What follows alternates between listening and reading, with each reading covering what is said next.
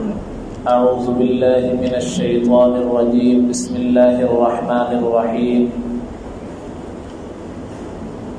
يا أيها الذين آمنوا إن تطيعوا فريقا من الذين أوتوا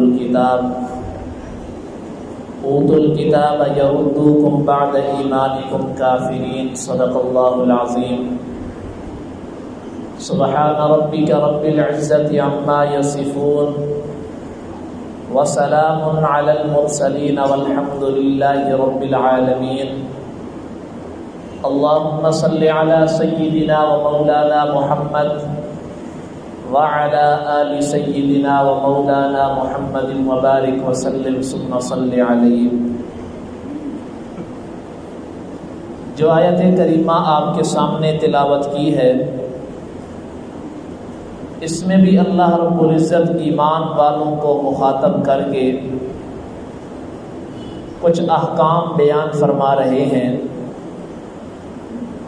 اور آج کے درس کی جو آیت کریمہ جس کو بیان کیا جائے گا، اس آیت کریمہ میں جو مفہوم بیان کیا گیا ہے، اسی طرح کا ایک مفہوم ایک دوسری آیت کریمہ میں بھی بیان فرمایا.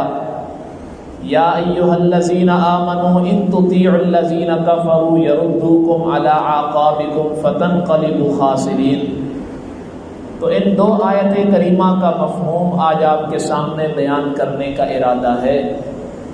اللہ سے دعا ہے کہ اللہ رب العزت حق بیان کرنے کی توفیق عطا فرمائے. آپ علیہ الصلوۃ والسلام کی آمد سے پہلے لوگوں کی یہ حالت تھی کہ بچیوں کو زندہ درگور کر دیتے، زندہ دفن کر دیتے. خاندانوں اور قبیلوں کی لڑائی اتنی لمبی ہو جاتی کہ سال ہاں سال وہ لڑائی چلتی، اور ایک دوسرے کے جان کے وہ دشمن بن جاتے.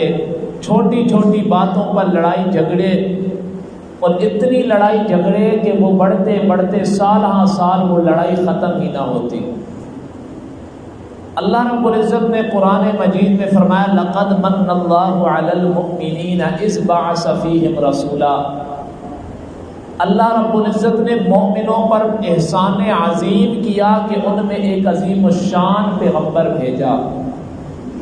جب اللہ کے پیغمبر کی آمد ہوئی، آپ علیہ الصلوۃ والسلام کی بعثت کے بعد جو قبیلوں کی لڑائیاں تھیں، جو جھگڑے تھے، وہ ختم ہونے شروع ہو گئے. اور آپ علیہ الصلوۃ والسلام کی ہجرت کر جانے کے بعد مدینہ منورہ میں جب آپ علیہ الصلوۃ والسلام نے مدینہ منورہ کی طرف ہجرت کی، اس کے بعد جو مدینہ کے قبیلوں کے درمیان آپس میں لڑائی جھگڑے تھے، وہ اللہ نے آپ علیہ الصلوۃ والسلام کی برکت سے ختم فرما دیے. اوس اور خزرج یہ بہت بڑے قبیلے تھے مدینہ کے، ان کے درمیان آپس میں ایک بہت بڑی لڑائی ہوئی جسے بعاث کی جنگ کہا جاتا ہے. اور یہ ان کی آپس میں جنگ اور لڑائی تقریباً 120 سال تک جاری رہی. آپ علیہ الصلوۃ والسلام کی آمد سے پہلے 120 سال تک ان دو قبیلوں کے درمیان جنگ رہی. آپ علیہ الصلوۃ والسلام کی آمد ہوئی، ہجرت ہوئی، تو آپ علیہ الصلوۃ والسلام کی ہجرت کی برکت سے اللہ نے ان کی قسمت بدلی، اور وہ لڑائی اور جھگڑے ختم ہوئے، اور آپس میں پیار محبت کی فضا قائم ہوئی. اور یہی پھر آپس میں یہ انصار مدینہ بنے، اور آپ علیہ الصلوۃ والسلام کے ساتھ مل کر، اور ان دو قبیلوں نے مل کر آپ علیہ الصلوۃ والسلام کی معاونت کی، اسلام کی ایک مضبوط طاقت بنے یہ دونوں قبیلے مل کر، جب آپ علیہ الصلوۃ والسلام مدینہ منورہ تشریف لائے. اب یہ دو قبیلے جب مل گئے، آپس میں ان کی محفلیں ہوتی ہیں، پیار محبت بڑھ گیا، وہ لڑائیاں ساری ختم ہو گئی. تو مدینہ کے جو یہود تھے ان سے یہ بات برداشت نہ ہوئی. وہ حسد کی آگ میں جلتے رہے کہ دوبارہ کسی طریقے سے ان کے درمیان پھوٹ پیدا کی جائے، اور وہی فضا قائم کی جائے جو بعاث کی جنگ جو 120 سال تک جاری رہی، وہی فضا دوبارہ قائم کی جائے.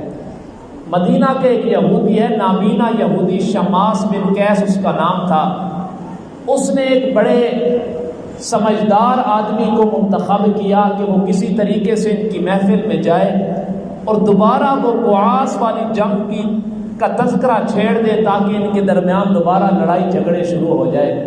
اب وہ آدمی گیا، اوس اور خزرج دو قبیلے کے ساتھی آپس میں بیٹھے ہیں، پیار محبت کی باتیں ہو رہی ہیں، خوشگوار ماحول ہے۔ وہ آدمی گیا اور ان کے درمیان بیٹھ کر وہ بعاث کی جو لڑائی تھی اس کے متعلق اشعار پڑھنے شروع کر دیے۔ ظاہر ہے کہ ٹھیک ہے، انسان دل سے معاف تو کر دیتا ہے، لیکن زبان کے جو زخم ہوتے ہیں وہ ساری زندگی ختم نہیں ہوتے۔ اب ان اشعار کا سننا تھا کہ یہ دو قبیلے جو آپس میں بھائی بن چکے تھے، دوبارہ ان کے درمیان لڑائی جھگڑا شروع ہونے لگا، اور بات زبان سے شروع ہوئی اور قتل و غارت تک پہنچ گئی تھی کہ اللہ کے پیغمبر کو اس بات کی اطلاع ہو گئی۔ آپ علیہ الصلوۃ والسلام کچھ صحابہ کرام کے ساتھ اس محفل میں پہنچے اور اس وقت یہ آیت کریمہ نازل ہوئی۔ اللہ فرماتے ہیں یا ایھا الذین آمنوا، اے ایمان والو، ان تطیعوا فریقا من الذین اوتوا الکتاب، اگر تم ایک جماعت جو یہودیوں کی جماعت ہے اگر تم ان کی اطاعت کرو گے، یردوکم بعد ایمانکم کافرین، یہ بات تمہاری ان کی اطاعت کرنے کی وجہ سے یہ بات یہاں تک پہنچ جائے گی کہ تم ایمان سے نکل کر کفر میں داخل ہو جاؤ گے۔ اب یہ آیت کریمہ نازل ہوئی، اللہ کے پیغمبر وہاں پہنچے تو اللہ کے پیغمبر نے ان کو مسلمانوں کو مخاطب کر کے فرمایا، اے مسلمانوں کے گروہ، یہ میں کیا دیکھ رہا ہوں؟ یہ تو یہودیوں کی سازش ہے کہ یہ تموں کو دوبارہ لڑانا چاہتا ہے۔ کیا تم اسلام پر آنے کے بعد دوبارہ کفر میں داخل ہونا چاہتے ہو؟ یہ آواز سننے کی دیر تھی کہ اوس اور خزرج دونوں قبیلوں کے ساتھیوں نے ہتھیار پھینکے اور زار و قطار رونے لگے اور دوبارہ گلے ملے اور اللہ کے پیغمبر سے معافی مانگی، اللہ سے معافی مانگی، اور دوبارہ وہ بھائی چارے کا رشتہ قائم ہو گیا۔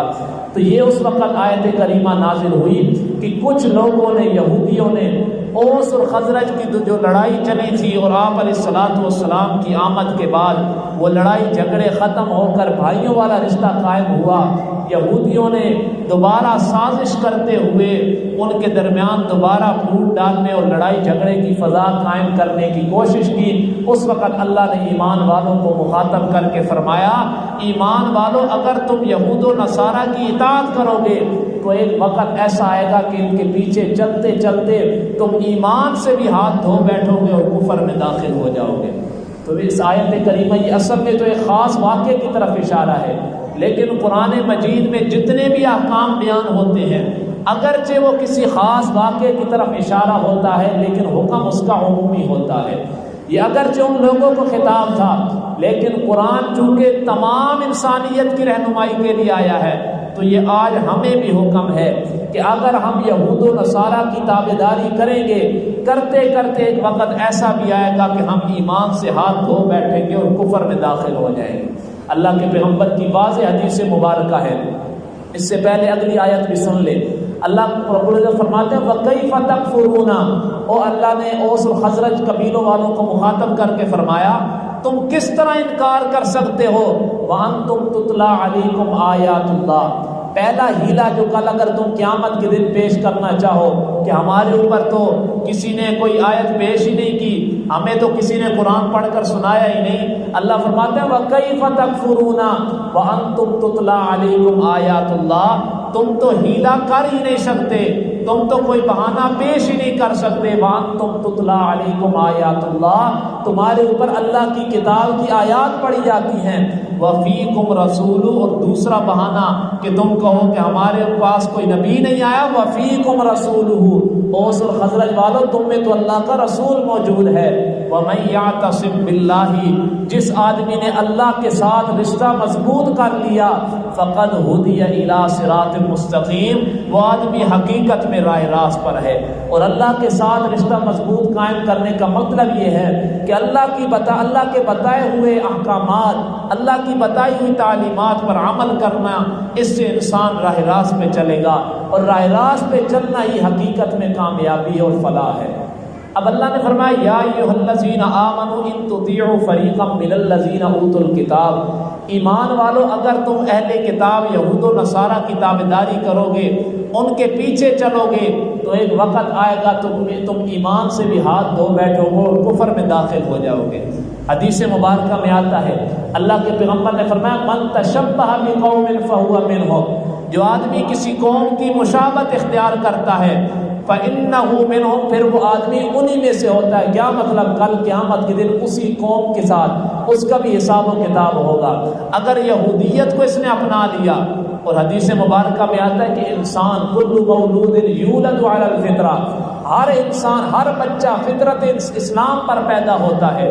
جو بھی بچہ پیدا ہوا، چاہے وہ یہودیوں کے گھر پیدا ہوا، چاہے وہ عیسائیوں کے گھر پیدا ہوا، ہر بچہ فطرت اسلام پر پیدا ہوتا ہے۔ آگے فَأَبَوَاهُ يُهَوِّدَانِهِ أَوْ يُنَصِّرَانِهِ، آگے اس کے والدین اس پر محنت کر کے اسے یا یہودی بنا دیتے ہیں یا نصرانی بنا دیتے ہیں۔ حقیقت میں ہر بچہ فطرت اسلام پر پیدا ہوتا ہے۔ اس کی وجہ کیا ہے؟ عالم ارواح میں اللہ نے جب روحوں سے وعدہ لیا تھا الست بربکم، تو سب نے کیا کہا تھا؟ قالوا بلا، سب نے اقرار کیا تھا کہ ہمارا رب کون ہے؟ اللہ ہے۔ تو اس سے یہ ثابت ہوتا ہے کہ ہر بچہ فطرت اسلام پر پیدا ہوتا ہے۔ آگے اس کے والدین، خاندان والے، قبیلے والے محنت کر کے اسے یا یہودی بنا دیتے ہیں یا نصرانی بنا دیتے ہیں۔ تو اللہ کے پیغمبر نے فرمایا من تشبہ بقوم فہو منہم، جو آدمی کسی قوم کے ساتھ مشابہت رکھتا ہے کل قیامت کے دن اس کا حساب بھی اسی قوم کے ساتھ ہوگا۔ آج محرم الحرام کا مہینہ چل رہا ہے، اگر ہم کالا لباس پہنیں گے تو یہ کالا لباس آپ کو معلوم ہے کہ اس خاص قوم کی طرف ان کا شعار بن چکا ہے۔ اگر ہم یہ کالا لباس پہنیں گے ان دنوں میں، ویسے بھی نہیں پہننا چاہیے، لیکن اگر ان دنوں میں ہم یہ کالا لباس پہنیں گے تو یاد رکھیے اس قوم کے ساتھ مشابہت آتی ہے۔ اور آپ علیہ الصلوۃ والسلام کا واضح فرمان ہے فَإِنَّهُ مِنْهُمْ، کل قیامت کے دن پھر اسی قوم کے ساتھ ہمارا حساب ہوگا۔ اور بڑی بدقسمتی ہے آج ہمارے سنی احباب بھی، یہ آج سبیل جو ایک خاص قوم کا شعار تھا کہ وہ سبیل لگایا کرتے تھے، لیکن اس محرم الحرام میں یہ دیکھا گیا ہے کہ صرف نام تبدیل کر کے، وہ تو سبیل لگاتے تھے حضرت حسین کے نام کی یا حضرت علی کے نام کی، ہمارے سنیوں نے صرف نام تبدیل کر کے سبیل سیدنا صدیق اکبر، سبیل سیدنا عمر فاروق، صرف نام تبدیل کر کر ہمارے سنی بھائیوں نے بھی وہ سبیل لگانا شروع کر دیا۔ یاد رکھیے یہ بھی بدعت ہے۔ اور من تشبہ بقوم فہو منہم، جو آدمی کسی قوم کی مشابہت رکھتا ہے، اختیار کرتا ہے، فإنہ منہم، کل قیامت کے دن اسی قوم کے ساتھ اس کا حساب و کتاب ہوگا۔ آپ تو یار بڑی خوش قسمت قوم ہو، بڑے خوش قسمت انسان ہو۔ حدیث مبارکہ میں آتا ہے آپ علیہ الصلوۃ والسلام نے صحابہ کرام سے پوچھا سب سے بڑا ایمان والا کون ہے؟ ذرا توجہ کیجیے اپنی خوش قسمتی پر، اپنی قسمت پر ناز کیا کرو۔ اللہ کے پیغمبر نے صحابہ کرام سے پوچھا سب سے بڑا ایمان والا کون ہے؟ اللہ کے پیغمبر، صحابہ کرام نے عرض کی یا رسول اللہ فرشتے سب سے بڑے ایمان والے ہیں کہ کبھی وہ گناہ نہیں کرتے۔ آپ نے فرمایا وہ کیوں نہ ایمان لاتے؟ ان پر تو وحی خدا ہے، اللہ کی وحی ہے، انہوں نے تو ایمان لانا ہی تھا۔ پھر آپ علیہ الصلوۃ والسلام، پھر صحابہ کرام نے پوچھا پھر ہم ہوں گے؟ صحابہ کرام، آپ علیہ الصلوۃ والسلام نے فرمایا ٹھیک ہے تم بھی بڑے ایمان والے ہو، لیکن سب سے بڑے ایمان والے تم بھی نہیں ہو۔ وہ اس لیے کہ تم نے تو ایمان لانا ہی تھا کہ تم پر اللہ کی آیات پڑھی جاتی اور میں محمد تم میں موجود ہوں، تمہارے لیے تو انکار کا شائبہ ہی نہیں ہے، تم تو انکار کر ہی نہیں سکتے تھے۔ پھر آپ علیہ الصلوۃ والسلام نے فرمایا ایک ایسی قوم آئے گی جنہوں نے مجھے بھی نہیں دیکھا ہوگا، پھر بھی وہ مجھ پر ایمان لائیں گے اور میری آیات میں پر نازل ہونے والے قرآن پر عمل کریں گے۔ اللہ کے پیغمبر نے فرمایا سب سے بڑا ایمان والا وہ ہے کہ آپ علیہ الصلوۃ والسلام کو نہیں دیکھا، قرآن کے اترنے کے زمانے کو نہیں دیکھا، پھر بھی ہمارا آپ علیہ الصلوۃ والسلام پر بھی غائبانہ ایمان ہے اور قرآن پر بھی غائبانہ ایمان ہے کہ ہم نے نہیں دیکھا کہ قرآن جب اتر رہا تھا، جب وحی نازل ہو رہی تھی، پھر بھی ہم نے قرآن پر ایمان لایا، آپ علیہ الصلوۃ والسلام پر ایمان لایا۔ اللہ کے پیغمبر فرماتے ہیں یہ وہ خوش قسمت انسان ہے جو سب سے بڑے ایمان والے ہیں۔ جہاں ہماری یہ خوش قسمتی ہے کہ اللہ کے پیغمبر نے ہمیں بڑا ایمان والا کہا ہے، اس کے باوجود ہمارے کام یہ ہیں کہ ہم نے فلاں فلاں قوم کی عجیب عجیب قوموں کے طور اور طریقوں کو اپنانا شروع کر دیا۔ اللہ رب العزت کا واضح فرمانا یردوکم بعد ایمانکم کافرین، اور حقیقت میں ہوتا یہ ہے کہ کسی آدمی کے پیچھے جانا، کسی قوم کے پیچھے جانا یہ اس لیے ہوتا ہے کہ وہ ہماری مدد کرے گا۔ اگلی آیت میں جو دوسری آیت کریمہ جس کے اندر یہی مفہوم بیان کیا گیا ہے، وہاں اللہ رب العزت فرماتے ہیں یا ایھا الذین آمنوا ان تطیعوا الذین کفروا یردوکم علی اعقابکم فتنقلبوا خاسرین۔ اے ایمان والو، اگر تم نے کفار کی تابعداری کرنا شروع کر دی تو تم گھاٹے میں پڑ جاؤ گے، اور کسی کی اطاعت تب ہی کی جاتی ہے کہ وہ ہماری مدد کرے گا۔ ایمان والو، بل اللہ مولاکم، تمہارا حامی اور مددگار، تمہارا مددگار میں اللہ خود ہوں، وہو خیر الناصرین، اور اللہ ہی سب سے بڑا مدد کرنے والا ہے۔ اب اس کی میں بہترین ایک مثال دیتا ہوں کہ کفار اور یہود و نصارہ کے پیچھے چلتے ہوئے انسان ایک وقت آتا ہے کہ ایمان سے ہاتھ دھو بیٹھتا ہے۔ اس کی مثال یوں سمجھ لیں، اللہ کے پیغمبر کا واضح فرمان ہے کہ مونچھوں کو کٹانا ہے، داڑھی کو بڑھانا ہے۔ وَخَالِفُ الْيَهُودَ وَالنَّصَارَى، حدیث کے الفاظ ہے کہ مونچھوں کو کٹاؤ، داڑھی کو بڑھاؤ، اور یہود و نصارہ کی مخالفت کرتے ہوئے داڑھی کو بڑھاؤ اور میں محمد کی سنت کو اپناؤ۔ آج ہم نے یہود و نصارہ کی مخالفت کرنے کے علاوہ ہم نے تو ان کی تابعداری کرنا شروع کر دی کہ ہم نے داڑھی کٹانا تو دور کی بات، ہم نے داڑھی کے سٹائل بنانا شروع کر دی۔ اب خود اندازہ لگائیں، ایک ہے کہ سنت نہ رکھنا، اور دوسرا یہ ہے کہ اس سنت کا مذاق اڑانا، یہ انسان کو کفر تک پہنچا دیتا ہے۔ ایک ہے داڑھی نہ رکھوانا، یہ بھی گناہ کبیرہ ہے، لیکن ایک ہے داڑھی رکھوا کر اس کا مذاق اڑانا، اس کی توہین کرنا۔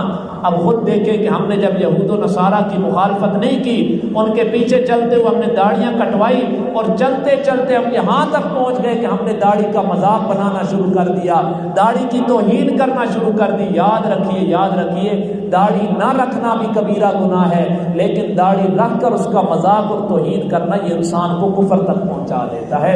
تو یہ اللہ کا واضح فرمان ہے کہ یہود و نصارہ کی اگر اطاعت کرو گے تو ایک وقت آئے گا کہ تم اتنے ان کے پیچھے چلنا شروع ہو جاؤ گے کہ تمہیں سمجھ ہی نہیں آئے گی کہ تم ایمان کو چھوڑ کر کفر میں داخل ہونا شروع ہو جاؤ گے۔ تو آج کے درس میں اللہ رب العزت نے ایمان والوں کو، اصل میں تو ایک خاص واقعے کی طرف اشارہ تھا، لیکن اللہ رب العزت نے اس واقعے سے ایمان والوں کو سبق لیتے ہوئے فرمایا کہ ایمان والوں، کبھی بھی یہود و نصارہ اور کفار کی تابعداری نہ کرنا، میں اللہ جو تمہارا مددگار ہوں۔ انسان کسی کی تابعداری تب ہی کرتا ہے کہ اس کی طرف تابعداری اور فرمانبرداری کروں گا تو مجھے وہ فائدہ پہنچائے گا۔ اللہ فرماتے ایمان والو، بل اللہ مولاکم، میں اللہ تمہارا حامی و مددگار ہوں، ہر معاملے میں تمہاری مدد کرنے والا ہوں۔ تو پھر کیوں تم ان کفار اور یہود و نصارہ کے پیچھے چلتے ہو؟